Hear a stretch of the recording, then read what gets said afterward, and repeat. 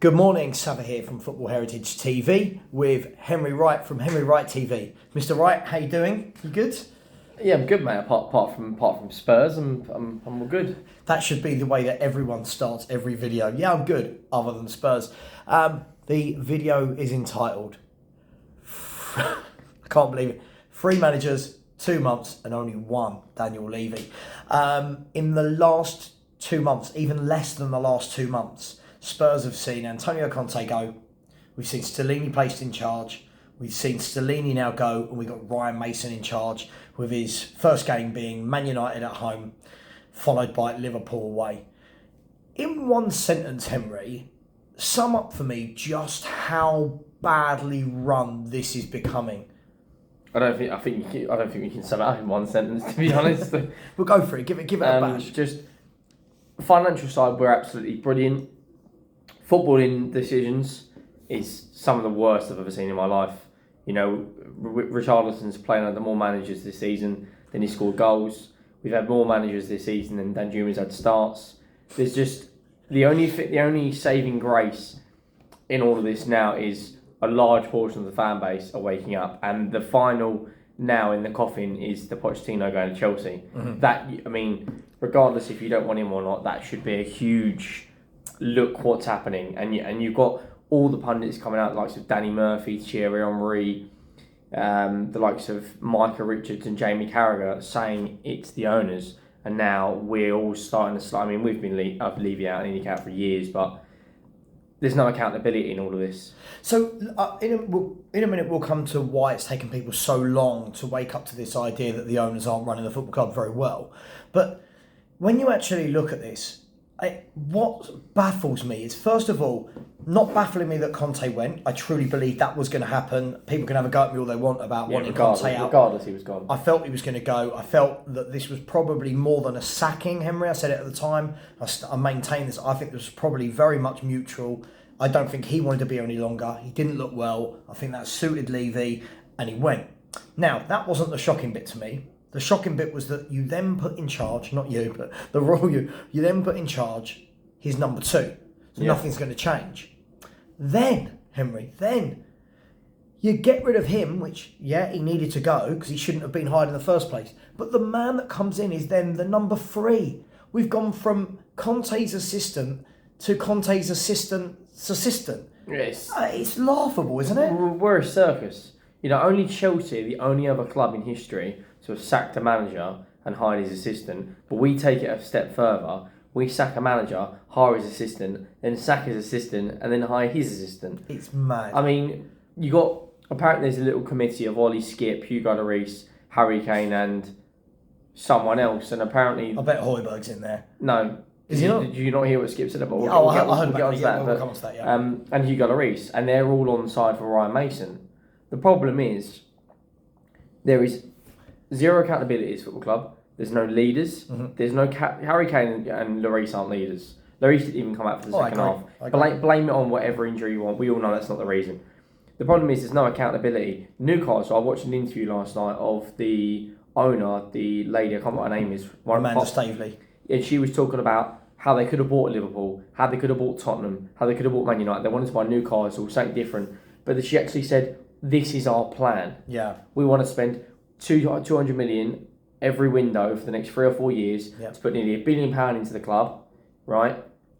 To see where we can get. Daniel Levy, there is no plan. Yeah. Our net spend is 18 or 19 million. Right now, I mean, he's coming out and saying Coys and Daniel and things like that. But this is the first time he's actually taken responsibility and said, this is on me. And even when he did say, I take responsibility, he had to group himself in with lots of other people. You know, it wasn't a hands up, this is me. It was, although we can blame players, it was like, look, Daniel Levy for me, I've always maintained this, Henry. If I was running a finance business, if I was running a bank, if I was running any other business in the world, if you said to me, Daniel Levy's going to be a CEO, you give him the reins and you let him run with it. Yeah, you're laughing. But from a football perspective, I fail to believe, and I'm sure you do as well, that 22, 23 years into his tenure, that the club have no style. The club have no plan. The club have no ethos, no structure. There's not even a culture. If you look at when you go to, I mean, I haven't been since, I think the last game I went was Nottingham Forest.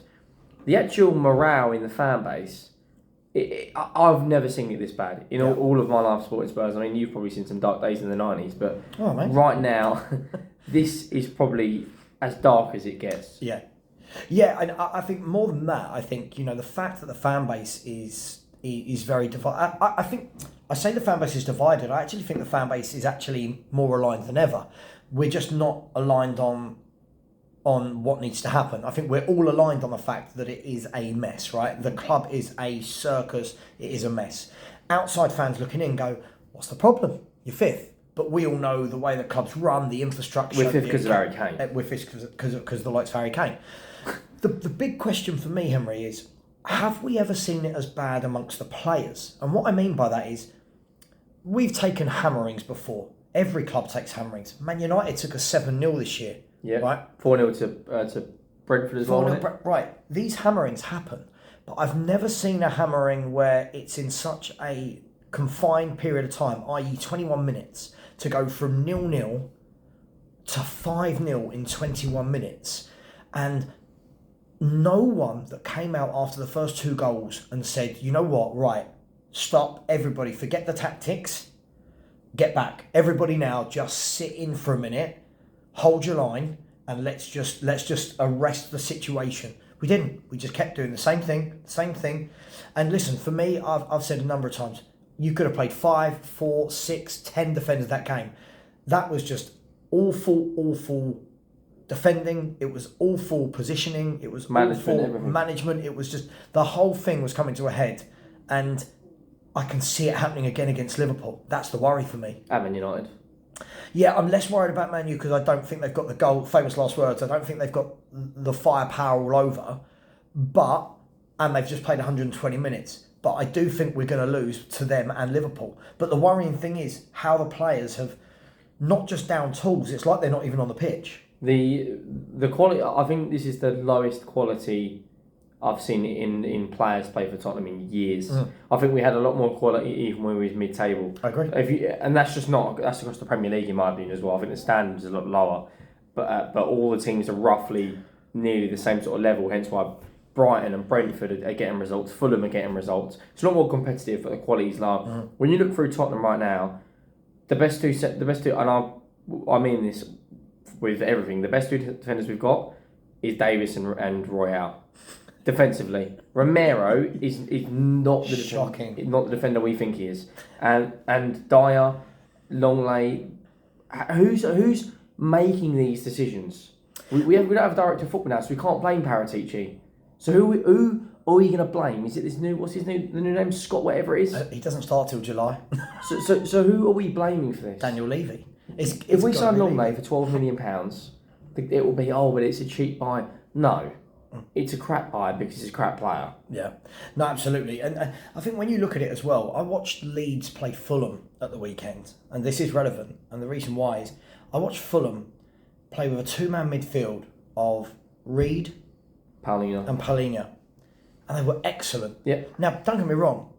At no point am I going, oh my God, these are amazing players. Don't get me wrong, I would take Paulinho all day, every day. Yeah. But even watching a player like Harry Reid, who probably is a 7 out of 10 each week, right? Does his job. A bit like Davis. Does his job, yeah, no fuss, gets on with it. I then watch Højbjerg and Skip in midfield and go, how have we got to this? Like, how have we got to this? But fans will I still see this little cult following that think Højbjerg's good. I still see... he's a disgrace. I still see him Skippy. smiling. Skippy is one of our own.